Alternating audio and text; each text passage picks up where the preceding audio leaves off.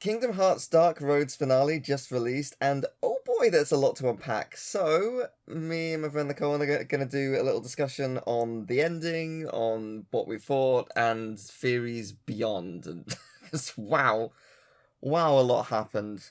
Obviously, spoilers. So if you're watching this, you're going to be spoiled. You're going to be spoiled. Yeah, that's the word we're using. Spoilered. It's 11:33 p.m. for me, and how early is it for you? And we're talking about For me it's 7:30 in the morning, but I went to bed around 2 because that's when I watched it, and I woke up like 10 minutes ago. So, throat's not super like it's still a little bit rare, but that's fine. It's fun. It's Kingdom Hearts. Oh god, okay. I'm dyslexic, and whenever I type Kingdom Hearts to people, every single time I put Kingdom Heaties, and it bugs the hell out of me. I always misspell it, and I hate it. It's a curse. But right, so. But so Baldr, he fucking wiped out 11 people like it was nothing. There's a lot of death in this. I was surprised at how much death we got here. Yeah. I mean, it kind of makes sense. We don't know any of these people, so they're either just out there or dead. So. But I thought Vor was gonna survive. She was supposed to be Kyrie's grandma. Yes, she was, and apparently. Yeah. Well, I mean, we don't know that, but I mean, like, it was all there. She looked like Kyrie's grandmother, her color scheme, but no, Nomura's like, fuck you. Yeah. Well, but when I say Baldr wiped out 11 people, that's what Baldr said. Technically, that's not true, is it? Because there's only 10, because he didn't defeat Bragi. Interesting. Yeah.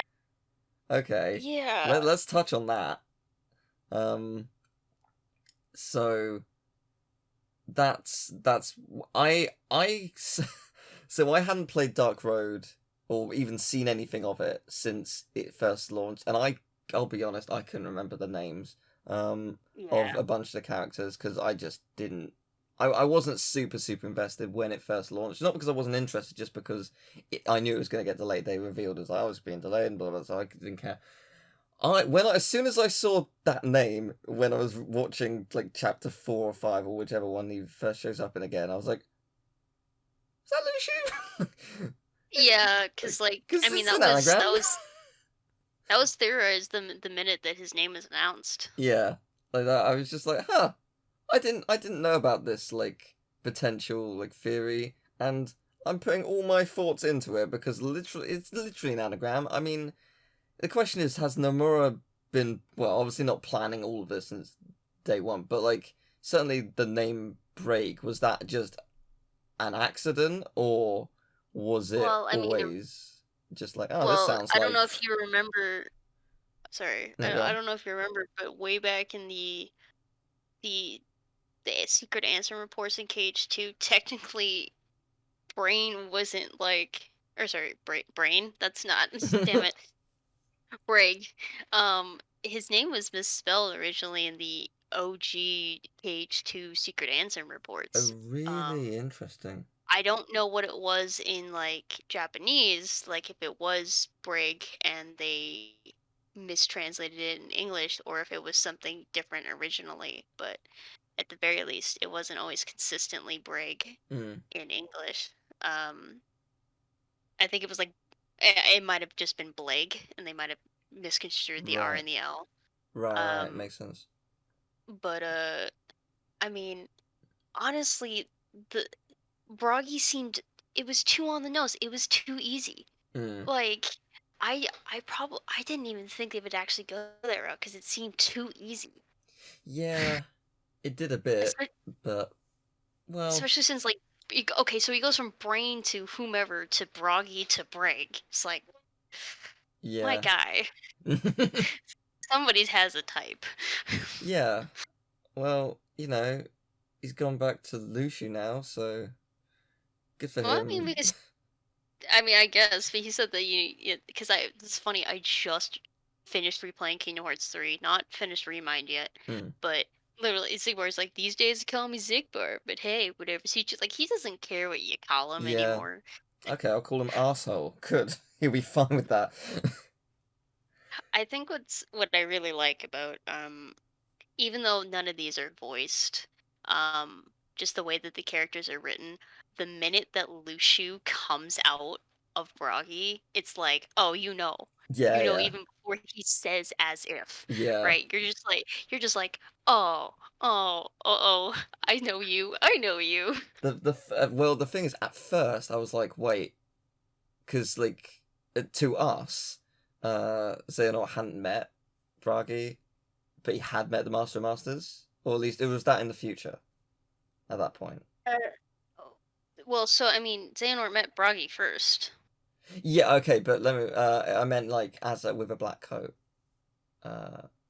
Oh yeah, the first time you ever encountered a guy with a black coat was the Master of Yeah, Masters. was that after the funeral scene, so to speak, or was that still before? That was after the funeral. Okay, it was after the funeral. I wasn't sure because I the time it darts between dates all the time. Yeah, that's my one problem with the way that they did this is that they're jumping years all the time, but you have to pay attention to the hair Yeah. because Okay. Xehanort's hair in that final funeral scene was like the shorter, spikier hair versus the more flowing. Right, because at first, when I saw someone in a black coat, I was like, "Oh my god, is it Master of Masters?" And then like they started speaking, I was like, "No, it's not." But like there was a small part of me like, "Oh, I love I love that they did the cutscene from Remind like verbatim and didn't reveal his name again. Like, well done, good." Yeah, no. Thank you. Everybody was like, oh yeah, no, he totally told Xehanort his name. I go, no, he fucking didn't. Like, this man hasn't said anything true. Or anything at face value since he's been introduced. Do you really think he told Xehanort his name? I don't fucking think so. Well, I he do like might the whole have. like I could tell you my name is Theodore. I don't think he did. No, maybe not.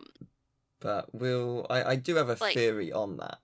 Where we'll get to. Is it Theodore or Jack? Yeah, no, it's Fack. He's a mixture of both. He's called Fackery. What the fact? What the fact? No, I mean, if I want to talk about my theory about that he actually does know his name and that's integral to stopping him, I have to go into a whole big theory about Xehanort, and that's. I don't know. Are we ready to talk about that? We circle back to that if we want to touch upon some other points. How about that? Yeah, sure. What was your favorite bit about the finale? Oh God, I don't know, cause like the thing is immediately after I got done watching it, I started writing down shit. I've yet again written down where all the possible darknesses could be, and we still don't know where that 13th darkness from Union Cross ended up. Because it but also it's this I don't know if it's okay. I don't know if it's my favorite because it also infuriates me. Okay. Is this introduced child of prophecy? Yes, The the child of destined destiny. child.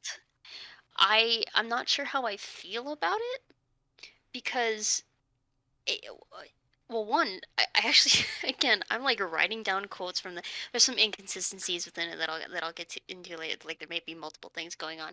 I don't know if it's my favorite thing, but I do like that whole like final epilogue thing because we know who the person in the blue robe is. Yeah, that's the player, right? It's the player. It's us. I like that my meme video where I made a character called Agatha and then played Agatha all along to clips of Xehanort. That meme immediately died because it was wrong. Yep. Thank you. I do like that because it was just like, wait, where's Xehanort? And I know there were some people that like after Union Cross like maybe we're the guy in the blue robe, right? Yeah. And I just like that it was still us. We were still there, and we weren't reincarnated into the bad guy. So Xehanort is Ephemer's descendant, right? Yeah, I'm not sure. Yeah, I'm not sure how I feel about that. Well, it makes sense for Kingdom Hearts 3 now. Go ahead.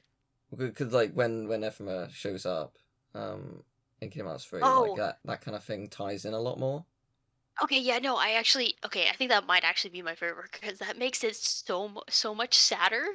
Because that means that Ephemer shows up to stop his descendant from destroying the world. Yeah. And I find that so sad. Like, I love Ephemer. Let me just tell you that I love Ephemer as a character. I just love him. It was funny to see. The history of Ephemer is really fucking hilarious though, because you weren't really involved in E No, I back when it was was on a not. browser. Okay, when Ephemer got introduced, he was immediately suspect number one for ending everything. Oh, really? As oh yeah, oh yeah. Well, the fun thing about Union Cross is that with the key, the Union Cross and Unchained Key, all that shit. Any single time a new character was introduced, they were immediately like put under like 8,000 times microscope to see if, like how they would ruin everything, because that was the interesting thing with both Key and Dark Road is that like we know how it ends. For Key, we know that there's a Keyblade War that happens that splits all the worlds, and all these people die. In Dark Road, we know that all these children die. But we just don't know how we get there. And so when this was before they really started fleshing out the foretellers, but Ephemer was the first original character introduced that actually had like story. He was progressing actual story. So immediately, because all that we vaguely knew was the 6 apprentices with the Book of Prophecies. The 7th one didn't get it, and so looking into Ephemer's name, which is derived from ephemeral, which means like fleeting and not long lasting. It was like, oh, he's being used. He's gonna steal the Book of Prophecies. He's working for the 7th, blah blah blah. And it turns out Ephemer's just the sweetest boy. It was also like he's got silver hair. What the fuck? Maybe he's related to Xehanort. He's got a red scarf. Maybe he's related to Xigbar Brig. What's with his eyes? They're turquoise like Riku's. Which like there was nothing. Same with Skuld. As soon as Skuld, the girl with the black hair, got introduced, it was like her name is derived from the Norse Norn, a fortune teller of like describing the future. And it was unclear whether she had yellow eyes or not, so it was just like every single time. The only person that did not get sussed to death was Strelitzia. And we saw what happened to her 2 weeks later. Yeah. No, it's certainly interesting. Yeah, so it's to have Ephemer just be tied like to Xehanort actually is fucking hilarious. I like that, like because everyone, I guess, maybe I don't know if worried is the right word, but everyone's been thinking that possibly Xehanort is in some way related to any of the protagonists of the rest of the series, and no, just not really. He's just on Destiny Islands chilling. It's not like it's not related to Sora or Riku or anything. It's just there, which is great. I was really worried about the Riku Xehanort connection. Funny, my housemate was watching me edit the meme video I did, and like just Xehanort's head, and she goes, "Is that Riku?" And I go, "Oh no." Oh dear. Well, I want to talk about 4 words, and those words are an oath to return. Because I have theories on this. Oh yeah? I am very possibly wrong on this, but I am certain it's not relating to Sora anymore. Because they've been teased to us since Remind. They've been at the end of Remind. They were at the end of Melody of Memory, I believe. It was at the end of KH4, technically. Was it Kingdom Hearts 3 as well, or was it just Remind? Reconnect. Hold on, let me... I don't remember. Anyway, an oath to return. Xehanort's talking to... well, they're playing chess, And he's asked 14 how many lifetimes. lifetimes does he want? I 12? caught No, that too. 13. No, 14. I caught that too. A new vessel to see the world that I create. Now, they've said that the Xehanort saga is done, and that is true, but that does not mean that Xehanort is gone, because Xehanort is still here in this game beyond the Xehanort saga. I think An Oath to Return is Xehanort's 14th vessel, and has been teasing us that since his quote-unquote death.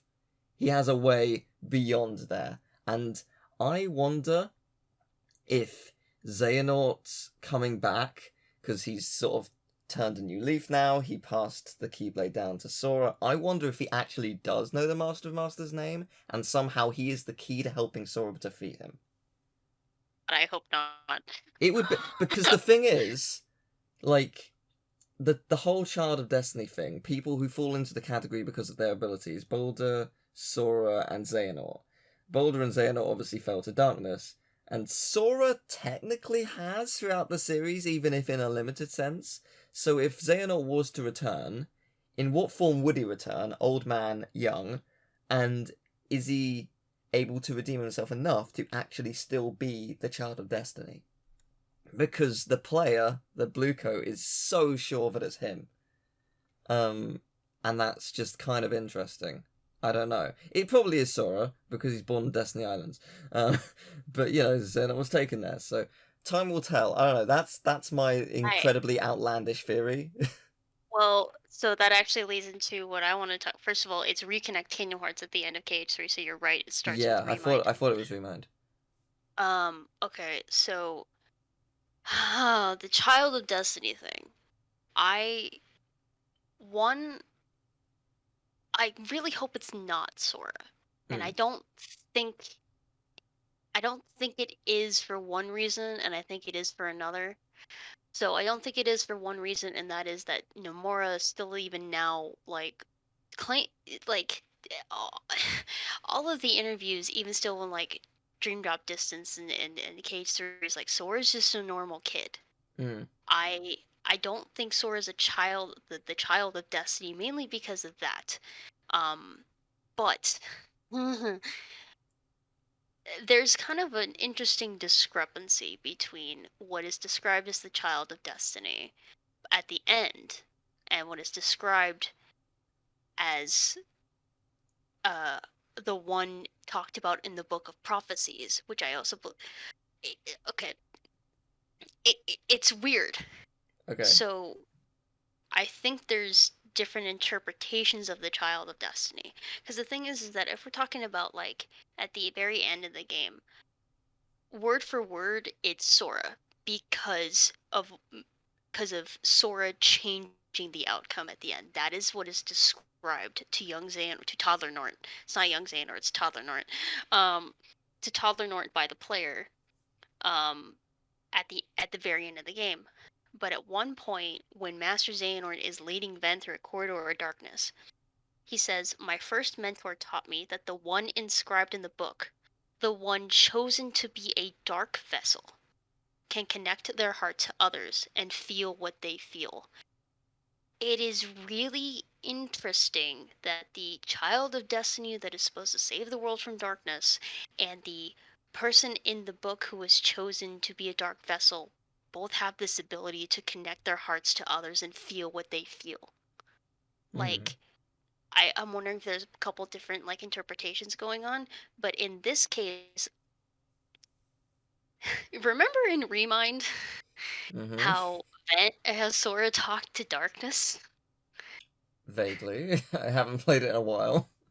So this is right when Remind really starts, Tony Stark, starts, and he connects with Ven's heart first. It's right before the Dark Inferno X fight, where Sora talks to Darkness. First of all, Darkness is still inside Ven's heart, so that who the fuck knows what's going on with Vanitas, right? But I had a theory, and I talked about this in my KH4 reaction analysis thing, that I think Darkness jumped from Ven to Sora. Right. Because of a few things. One, that conversation. two, darkness is always trying to follow the Master of Masters, and the Master of Masters is an unreality from what we've seen. Yeah. And also, everybody in Quadratum in the KH4 trailer looks absolutely shocked that there's a Heartless there, that they are unclear. So it's like, it seems that okay. darkness, Heartless, and all these things are a new occurrence. Yeah, they've jumped ship. Right, gotcha. They've jumped ship, so it's like, what caused the darkness to come here? What changed in all this time? Well, look who just popped into Quadratum. Yeah. Yeah, okay, that makes sense. So what's interesting is it's possible that this Child of Destiny is it's all within the same vein of like they change the future and save the world, but then becomes a vessel, because there's also this interesting cycle that was okay. Okay. This is what Kingdom Hearts does to people.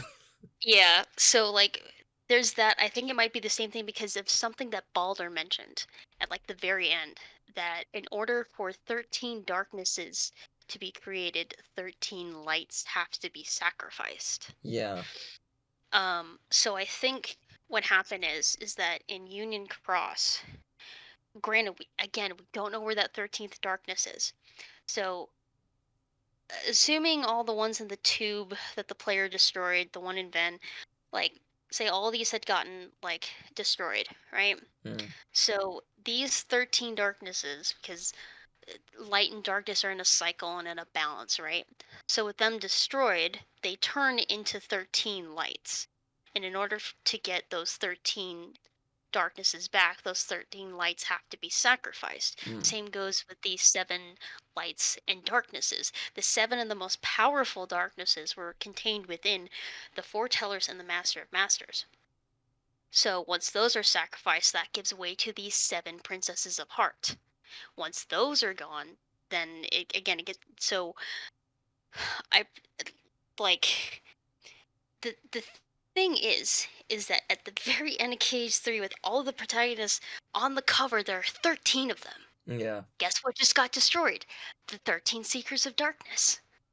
So now that they've all been destroyed, and there are 13 lights now, there needs to be 7 darknesses to rise up. And look who just came back from the fucking past era. Envy, Gula, said. Yeah. We don't know where Ava is. Lucia's always been here.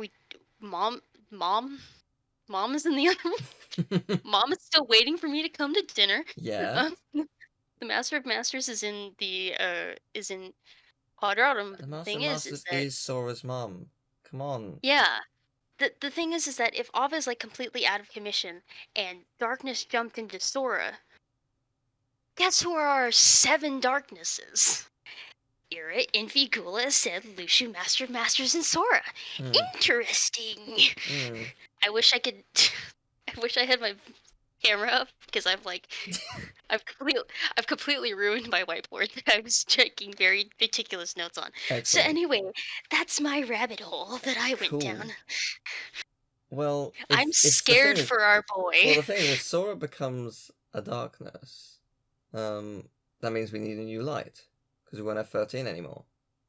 Xehanort. No! Yes, the Child of Destiny returns. No! Oh, I hate this. Also, the whole thing that frustrates me about the Child of Destiny thing is that Xehanort was raised to be this Child of Destiny, which also gave him a big fucking head and made him think that, oh yeah, I could totally destroy the world, right? Yeah, that's but also, our fault. It's got the Star Wars problem, in my opinion. You know how in Rise of Skywalker, where Anakin's like is talking to Rey and is like, "Bring balance to the Force," like I did. It's like, you didn't do shit, Anakin. So like Xehanort's like, "I'm the Child of Destiny. I will save the world." I was like, you didn't do shit.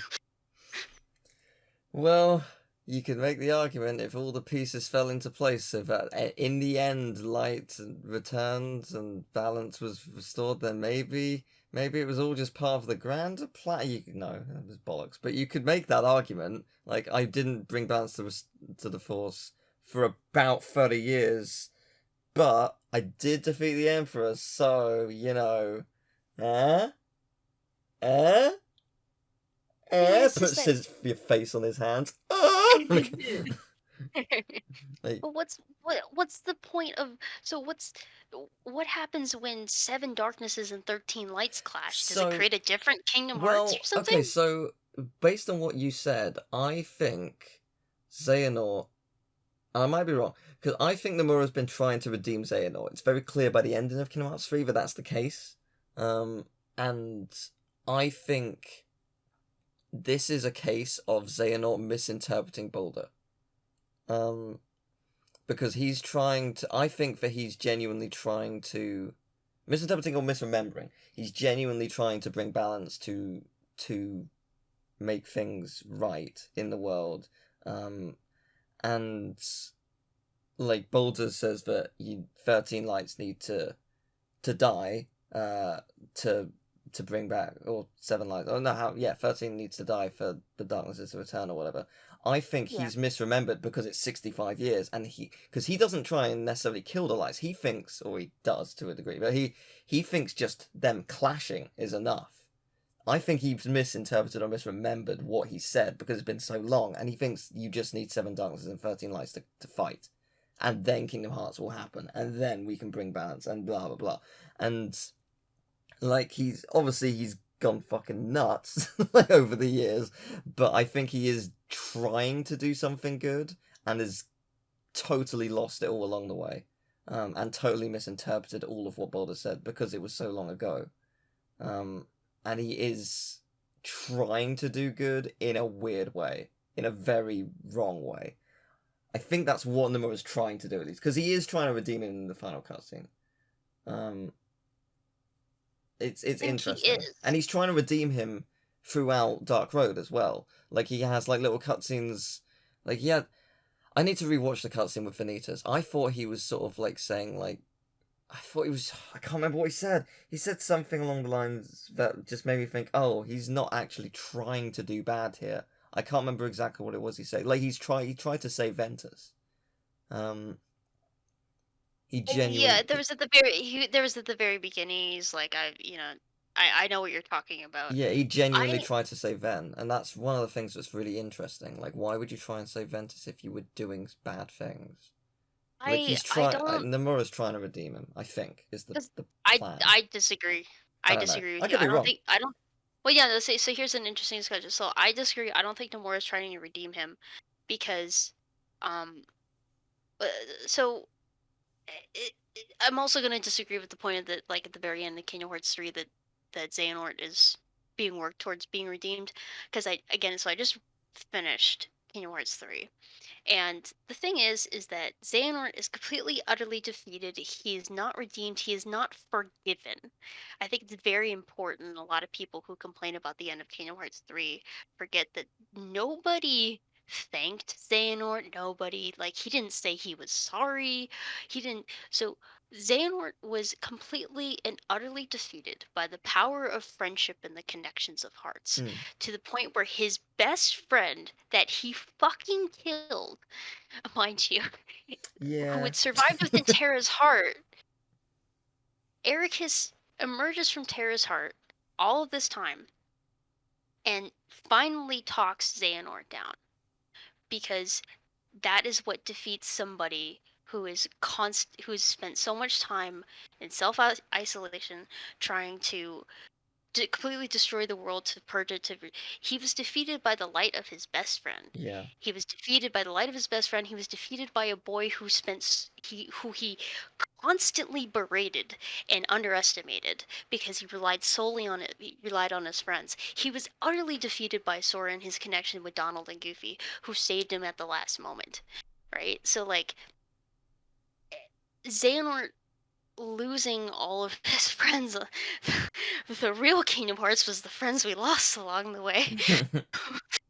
Like, Xehanort losing like all of these connections and his world, because essentially his world gets bigger once he leaves the island and makes all these friends, and then it gets smaller again because he just has Ericus. He, but he isolates him, cuts himself off, all in this pursuit of understanding more about hearts and the connections and all this. And I don't think he's going to be redeemed because I don't think he was the child of destiny. but it's just, it's hard to make my point here because I see your points. Because definitely Xehanort could be working towards this, and he can return, especially with the whole 14th life thing. Yeah. Which and the thing is, I don't mind Xehanort coming back if he was like a ghost to people. You know how like he appears in Melody of Memory, right? Like he's the personification of Kyrie's like fears and the memories of Xehanort and all this, right? But Xehanort went so far gone, and he didn't realize his errors at the end. He didn't try to make amends. He accepted, he was completely just defeated by the power of friendship, accepted that, moved on, and gave the power to change the world to somebody who understood the world better than he did. Which is, if Sora is the child of destiny, of course, it's incredibly ironic that Xehanort has had his whole life where he's been told that he's. Oh! Oh! Oh no! Okay. Xehanort has been told his whole fucking life that he's special. Only to find out that he's not. He's just ordinary and just nothing special, completely whatever. Sora's the opposite. And Sora, who everybody thought he was the normal, ordinary kid, was actually the child of just like, fuck! God damn it, Teal! Fair enough. Yeah. Yeah, that does like throw away 10 minutes of Xehanort theory out the window. No, but Nor's, it's all good though, because like it's like you could be right, I could be totally wrong. But the thing is that we have no idea. That's also the great thing about this. It sucks that Sora and Master Xehanort didn't get much time to actually talk to each other and interact. They would have got on well under different circumstances. Yeah, because there's so much in common, and like neither of them actually got to see how much they have in common. Yeah. But we continue to see it, and it's really good. So I just like the idea of like Sora just chilling on a palm tree, Xehanort like resting, like all like just laying on the ground looking at the stars, and Sora just like turns to look at Xehanort and be like, "So that shack was there 70 years ago?" Yeah, it was. Oh wow, that's crazy. I can't believe it. Yeah, I lived in it. Really? You lived? I've walked in there. Oh yeah, no, there's nothing in there. Yeah, no, you used to. Like, the safe point in there. Yeah. In the randomizer, that's how I can leave. Oh, really? That's cool. What's a randomizer? So you know how when you fight your Zora, and he's really hard, and he can take your Keyblade. Well, the Master of Masters. Holy fuck. I mean, Riku technically did the same thing to Sora in KH4. True, but the Master of Masters, like it was nothing, just swept it out of his hand. Like, Riku had to take it from Sora, and Sora had to be at his lowest non-belief point to lose it. Like, the Master's battling him, he's just gonna be like, oh no, here's your key, cool, and just throws it away, because he's cocky. Like, and then you have to return it to yourself. That will absolutely... It'll probably be like 5 seconds of the fight, but that absolutely will be a thing that will happen. He'll just randomly make your key disappear. Because he's stupidly powerful. What the hell? Yeah. No, That's new. No one else has been able to do that. Certainly not to that extent. Otherwise, you would never fight with a Keyblade. No more Keyblades. We only fight with our hands. Just punch people. Honestly, if anybody was gonna punch anybody, Sora would absolutely be the one to throw the first punch behind Kyrie. Kyrie would punch first. Yeah, I mean, we saw it in the Pirates of the Caribbean. Oh yeah, that's right. Sora did punch somebody. Yeah. Already. He sure did. Oh dear. The Master of Masters, because also he called Xehanort the Singularity, which is fascinating, because a singularity is essentially a black hole where all darkness is sucked into it. So I'm gonna guess that was not a That was obviously a meaningful choice of dialogue. Yeah, that's too specific a word to just be something thrown out there or mistranslated. Like I mean, I guess it depends on the interpretation of Child of Destiny. Maybe that's what Master of Masters thinks it is. I don't know. Singularity. Yeah. Yeah. Because the Master of Masters wrote the book. So Right. he Because didn't you say Xehanort said that the Child of Destiny was about darkness to an extent? That's what he was Yeah, told. unfortunately, I erased it in my wild ranting. But basically, what it was is that it was like the one written in the book, the the chosen vessel for darkness can feel what's in people's hearts in a similar description to, which that would be a more like, oh, this is kind of what Baldr does. But granted, we didn't know that Baldr had these real deep feels until the very end of the game. Yeah. Um, No, it's interesting for so sure. Like, so yeah. maybe it is an important connection to consider. You said you had, prior to erasing it, written down what all the darknesses were. So, so some of these are just kind of an assumption because we haven't flat out seen. So, Yeah. according to the Master of Masters, him, Luxu, and the other foretellers, they all had darknesses inside of them. So, if we're gonna go off of that's true, that's 7 darknesses. That That includes leaves, Ava. yes. Okay. So that's Master of Masters, Luxu, Ava, Envy, Aced, Gula, Era. One, I two, was three, I four, was five, fully six, seven. expecting you to be like Master of Masters, Luxu, Ava, and the other 4. I don't care about their names anymore. So these were the 7 most powerful darknesses. So that leaves 6 afterwards. So four of them at the end of Union Cross were stuck in the tube with the player, and they were seemingly destroyed with the destruction of Day to Daybreak Town. Um, or at the very least, they were trapped within this in between section of worlds because technically those 4 darknesses didn't have a form, so they couldn't have been destroyed. So that leaves us with 2. One is inside Van. So that leaves 1. We have 1 missing. It seemed that, and this is what I do appreciate about Dark Road, how it kind of led us to this point, and then turned it around and said, no, that's not what's happening. It was assumed that Baldr had been possessed by the final darkness, which of course that would have meant that that final true darkness is what they keep referring it to. That final true darkness was hiding probably in the realm of darkness, right? For all this time until it encountered somebody who could deeply feel what happened, what was going on in other people's hearts, which is what is described as in the Book of Prophecies, the vessel for darkness.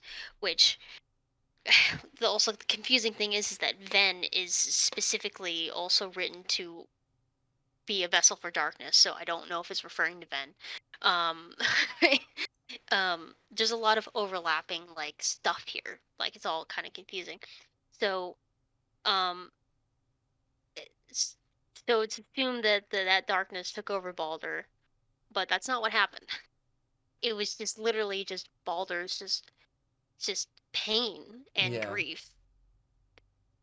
Basically, he was taken over by his own darkness, which I'm Yeah. happy was what happened because that seemed the best course of action. Also, it and this is the whole thing of like Ericus can't internalize. Ericus cannot like learn or internalize that darkness exists within people and can grow within people naturally. So Baldr, it was just entirely his own darkness that took on a strong enough form that it spoke. Perhaps it was connected to that final darkness wherever it is. But it was Baldr's own pain, and I like that they went with that because it creates a more human element to this and Yeah. not this whole like I mean, Titanic clash. by that logic, he's no different than, like, for example, Clayton. he Not Clayton. like, He, like, you know, he's own darkness consumes him, and he shoots gorillas with a shotgun. You know, like, like that's Okay, just picture Baldr with a shotgun. yeah. All right, why not? Could happen. We don't know. Yeah, but yeah, it's just interesting that like that is a consistent thing, and they haven't removed that. Is it possible Ven has two? Because I was thinking about that. Vanitas is there, and I thought Vanitas was one of them. But if you say that Ven has potentially passed one to Sora, that means Ven had two. Yeah, here's the weird thing. So, one, Vanitas flat out says, I'm my own person, which is like, okay, sure. And I feel like that's Nomura hitting us over the head saying, hey, Vanitas is not a darkness. But considering Bragi was Luxu, right? Like, there's some hitting over the head things going on here. But if, say, for example, Ben doesn't have two and it's just the one, I think what happened is that Vanitas is defeated, right? At the end of Birth by Sleep. Technically, he returns to Ven's heart. Although it's weird because like fucking technically Vanitas has been given a tangible form. Yeah. By Xehanort. And so technically Vanitas should have been well and truly destroyed. Including that being him, that darkness should have been destroyed. But if, say, Vanitas returned to Ven's heart, like, then that darkness would have returned to Ven. But I don't know. It's possible that it's very possible Ven has two. Yeah, we will see. we don't know. This is also something I got frustrated with, is that for as long as Dark Road was delayed, I thought there would be more questions answered. I think that's on you. To assume we would get things answered. Have you not played Kingdom Hearts before? I'm sorry, but like I'm gonna get. Yes, I expect a few more answers than just wait until the next game, because the thing is that it wasn't this bad before. No, it wasn't.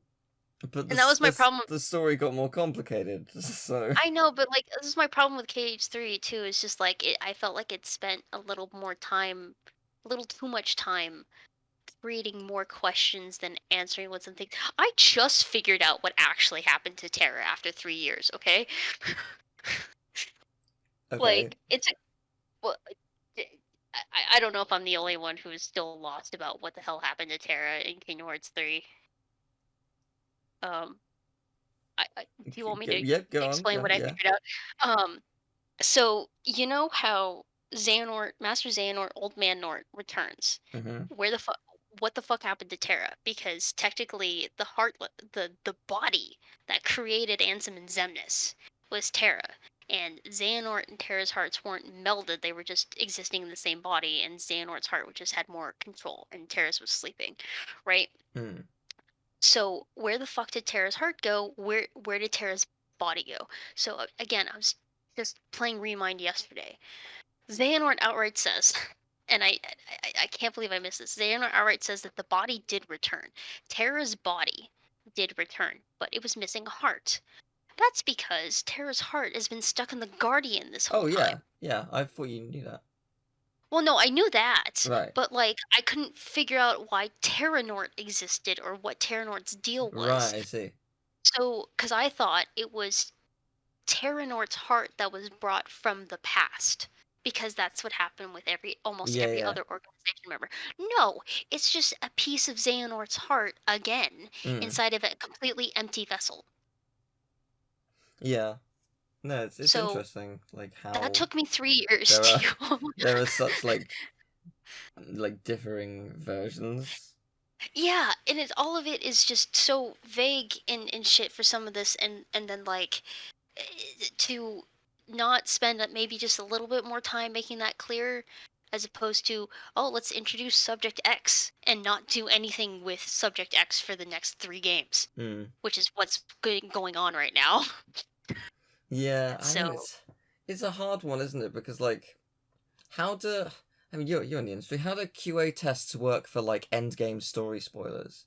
How do you, like, let people, like, see if they understand what they're doing without being like, okay, they could fucking release this online and spoil everything that we've been working towards?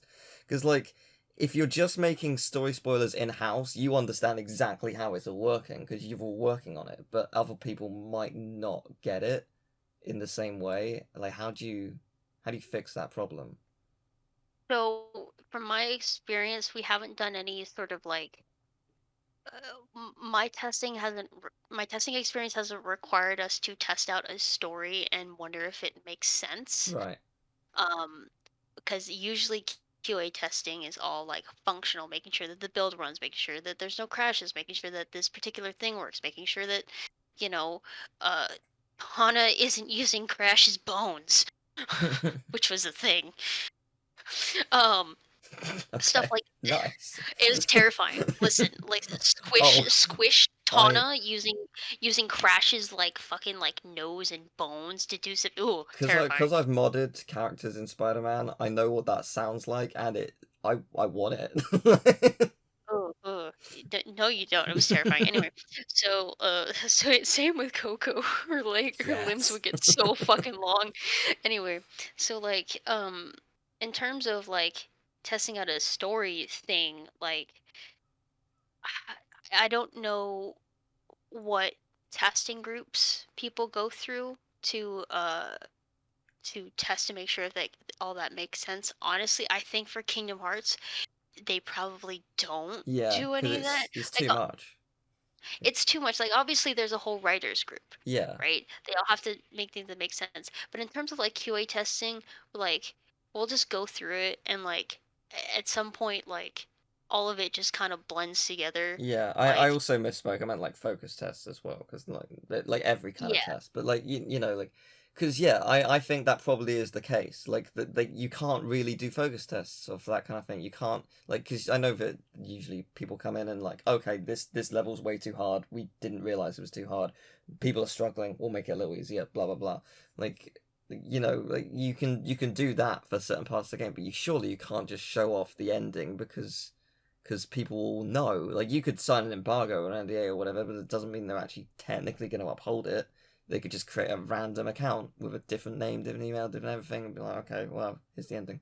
You know, like you can't fully trust people to not, and that's do you especially for something so intricate like the story of a game that's spanned 20 years. Like it's yeah, like all the writers know what's going on. They've all had way more in-depth discussions about it than shows on the page. But it's whether or not we can actually interpret those discussions, and that's a thing that must be near impossible to get right. Yeah, it's funny that you mentioned this though because technically we knew what the ending of KH3 was years ago because in one of the early closed sessions of KH3 stuff that was being shown off, there were people that would mention like, "Oh, this is what was shown off." One of them was, "Oh, people got to see this wonderful cutscene of all of the main protagonists hanging out at Destiny Islands." Wait, That's the really? end of the Yes, that was the end of KH3 that they showed off. And like this was like early on like this was the same event where they originally showed the chess room. Like the first time they showed the Interesting. chess room in Wow. a closed room session. I don't know if you remember like those fan art that people did Yeah, of yeah. like that same event, they showed off a cutscene where all of the main protagonists were hanging out at Destiny Islands. That's the end of the game, Bucko, Yeah. right? So, Weird that they showed so that. Why? It was the because only thing finished in the when they remade the engine, like a new engine. Oh my gosh, I'm well, I like mean, at that this. point, at that point they would have swapped to a Unreal Engine Yeah, 4 at that point. yeah, So that's what I mean. Like this is they've only made like 5 things in Unreal because they just switched. Like, we've got to show them something. This is made. That's weird. Yeah, so it's all weird. They probably said something along the lines of, "Oh, we made like a cute little extra animation, just like here's all the characters from the series, like just like we just thought we'd show you this just as like a thank you for supporting the series." And then actually it was just something big. It was probably under like a pretext of this doesn't happen in the game kind of thing. But... yeah, so I mean, who knows what happened there? But yeah, it was just like whatever they showed off, whether it was intended to be the final scene or not, that was the end of Kingdom Hearts 3 that they showed off. Interesting. Well, we've gone off topic. We've talked a lot about a lot. A lot has happened in the game, in the series, and I think we've both hit some really interesting points, both for Dark Road and beyond and side parts. It's just it's fun to talk about. I've missed this. Is there anything else you want to add? Nomura, don't fucking touch my son anymore. Leave him alone. But if he's got a darkness inside of him, leave my son alone and let my daughter have her own goddamn game.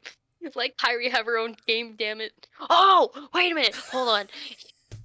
I'm sorry. I love this so much. I love hearing you freak out. It's my favorite thing in the world. I have to bring this up. So, first of all, Hades can reach into the final world. Yeah. Oh, Hades had some excellent face, expressions throughout Dark Road. So, like, Hades can reach into the final world and brought like the upperclassmen who were dead through the underworld for a brief period of time, right? Hey, where were Donald and Goofy going in that Kingdom Hearts 4 trailer? Yeah, of course. They're in the underworld. Yeah, Hades is very integral to that. Yeah, so like it's interesting to see like how Hades is going to tie into the larger narrative because like first of all, there was the question of like who are Donald and Goofy looking for, right? I mean, because they were like, yeah, I figured like a lot of people assumed it was Hades, but I guess maybe not. Maybe. Well, no, because I mean, why would they be looking for Hades when they got scared? Yeah, I suppose that's by true. Hades. But the thing is like some people are like, oh, maybe they're looking for Orin again, or maybe they're looking for Zack or whatever. It's like whoever they're looking for, like this could be like, for all we know, like bits of Kingdom Hearts 4 could like take place like while they're searching for Sora before Melody of Memory like gives us the revelation, right? So it could be that they're looking for Sora in the underworld, which was again like a thing that they were. But like, who are they looking for in the underworld that think might help them? Who is dead? Wait! No fucking way. Do you think they were looking for Xehanort in the underworld? To get help? Yes. Or arrogance? Child of Destiny, baby! No! Yeah! I hate it. Bring him back! I hate it. Oh, I hate all so of good. this. Okay, so like, question, does Hades know of Xehanort? Because like at the Kingdom Hearts 1 there's the Disney villains in like their chamber of fun, and they're like talking. Maleficent's like the ringleader. But do they know of Ansem? Do they know of Xehanort? Like, how much did they know, or do they just follow Maleficent? Also, what's Maleficent's role gonna be? It's also it's like Maleficent's been looking for the box. We still don't know what's in the goddamn box. Well, she's technically found the box because she was there at the end of 3, wasn't she? Yeah, so she's technically found it. What she does with that knowledge, and if she's not gonna overpower Luxu. Luxu will flick her and she'll die. Like, Luxu's so powerful. Yeah. Oh, Maleficent, you think you're the villain. You haven't been the villain since 2002. She wasn't even the main villain. We just assumed she was. Okay, I'm gonna bring up something that also bugged me for a second. So they visited Agrabah in the first fucking world in Dark Road, and they're like, there's no people here. Probably because this world isn't fully restored yet from the Keyblade War. And then we go back to Agrabah and there's Jafar. And it's just like they're not gonna address the fact that this world was originally devoid of people, and they're like, oh, maybe time has started to flow in this world. No, we're just gonna drop that plot point. Okay.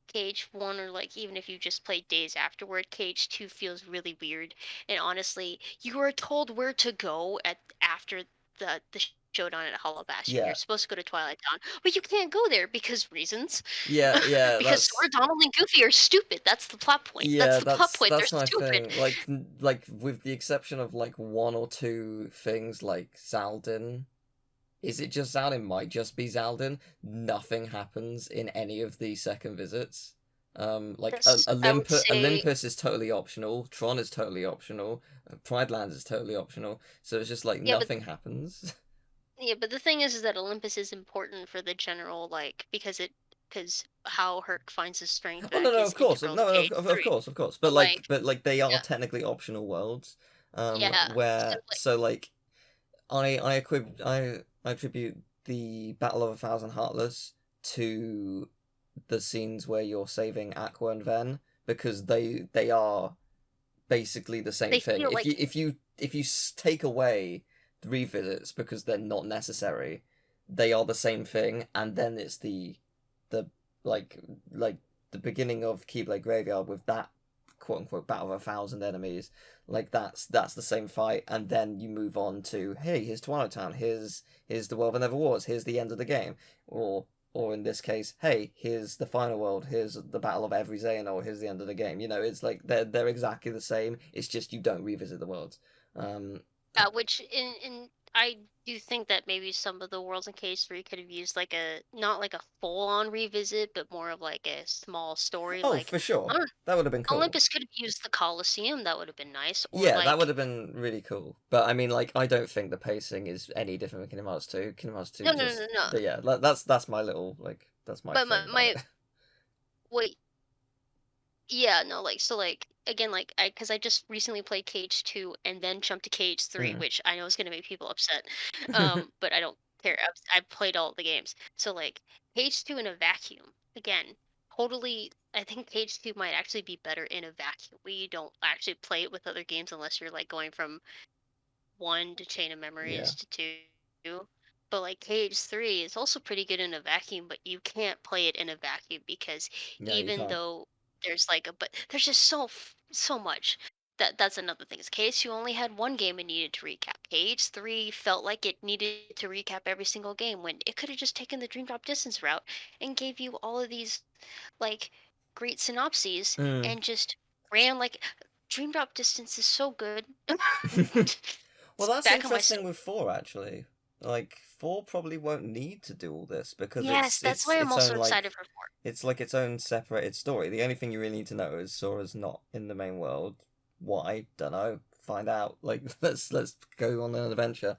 Like you don't need to know too much going in. You just need like a couple of story beats. They'll recap it in like 2 minutes and then go. Let's have fun. Like Yeah, I'm hoping that KH4 takes the route of what Dream Drop Distance has done, but also just like if KH4 should hopefully just be kind of a clean slate. yeah, Like because you have Melody of Memory, I think cleanly closing out the end of the Xehanort saga, unless we get something from Missing Link that but anyway. The Dark Seeker saga I think cleanly closes with Melody of Memory and which that whole thing was a recap game anyway. mm. So like from here on, it's just like here's KH4. Um, they could give like a quick synopsis, as you says, like Sora's been missing for such and such a time, but like I don't think it even really needs to do that. I hope that it doesn't do that No, I meant because just like through the story, it will basically be like, oh my god, I can't believe Sora's been missing for years. It's like, and then someone's like, but how did it, like, what happened to him? It's like, I still don't know. Like, just like literally a couple lines is what I meant. Like, yeah, like because like Kingdom Hearts doesn't need to constantly, I think at this point now, remind people what's been going on. There's too much no, that's happened. And because KH3, I think, got a lot of flack for how long it was in production and it's so confusing. You're gonna yeah, need blah blah blah, right? I think KH4 is gonna be like a clean slate in that it's like, here's what's going on, here's how we're gonna tell it. We're not gonna spend a bunch of time trying to recap shit because we gotta go. That's what I'm hoping that they're yeah, gonna do because Kingdom Hearts can stand on its oh own for sure. on in terms of its storytelling, especially now. It's 20 years old. It can. it can drink. Almost. It will by the time KH4 comes out. Yeah.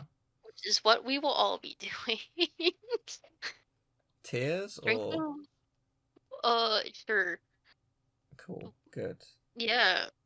Well, Definitely not alcohol. This has been really fun. I have enjoyed. I mean, it's always great to speak to you, but it's always great to speak to you about Kingdom Hearts because we both freak out in very similar ways, and I love hearing you go "Oh!" when you think of a theory. I love hearing me nearly throw up. Yeah, that's the one, but in a healthy way. Yeah, no, I love in a healthy, being able to excited do way, this. where you can wake up your neighbors. You know, that kind of healthy, excited way. I love being able to do this with you and just brainstorm and figure out what the fuck's going on. It's fun. Yeah, there are very few people who we know who actually get this excited, so it is gonna be good. It's gonna be fun. I'm looking forward to seeing what happens next. When does the memory game come out? Missing Link? Yeah, that one. When does that come There's out? no definitive date. Great. There's supposed to be a closed beta at some point. They're not sure yet. Right. I think they said I don't think they even gave a date. A lot of people were assuming it was going to be later on this year. I think at this point I'll probably expect it maybe early next year. Cool. But apparently the Union Cross Dark Road Twitter accounts and social medias are going to be updated to Missing Link. Yeah, that makes sense. Because Nomura gave a Q&A. I don't know if you saw that. Was it a while back? No, it was right at the release of Dark Road. Oh, then no, did not see that. I will send that to you. Excellent, thank you. Mm-hmm. But it came with some really nice artwork of that young is nice. Ooh, yeah. I actually really like this art of young Nort. That's an umbrella. I thought he had a sword in his head. Fucking hell. KH4 just got real dark. He's got a sword in his head now. Jesus Christ. Okay. Yeah, no, this has been great. If you've enjoyed this probably long discussion, I don't know how long I've been recording at this point, like an hour maybe? Yeah, well over, okay. It's been fun. It's only going to be 30 minutes. It's not, it's not. It's going to be an hour and 10 or so, probably, I don't know. But no, it was, it was great. If you enjoyed it, very much appreciate it if you would leave a like and subscribe and share and stuff. I'm trying to get to 100,000 subscribers, and I'm kind of close, so any subscription means a lot. And check out Nicole's channel. She does a lot of really cool Kingdom Hearts videos and analysis. I just released a video about Castle Oblivion in Coded, if you want to watch that, but also watch more Teal stuff, because he does a lot of amazing things. Thank you. And does so much. Have you watched his Looney Tunes video yet? You should. Thank you. Oh, people should check out that video. That video took a long time. Actually, I mean, for how big it is, it didn't. 3 weeks of playing every game and writing it, and then a week of editing, which is an astonishing feat, I think. So, yes. But, no, Nicole stuff's really good. It's better than mine. Check out the content out. Don't say it's better. We both have good things. Stop it. Don't. We do have both good things. We do good things. I need your video on Olympus Coliseum Kingdom Hearts 3 at some point. Oh god. I really am looking forward to hearing you talk about that because it's amazing. Oh my gosh. Yeah, eventually. But eventually. That fucking Coded video took me 3 months. Wow. Because I got depressed. Yeah.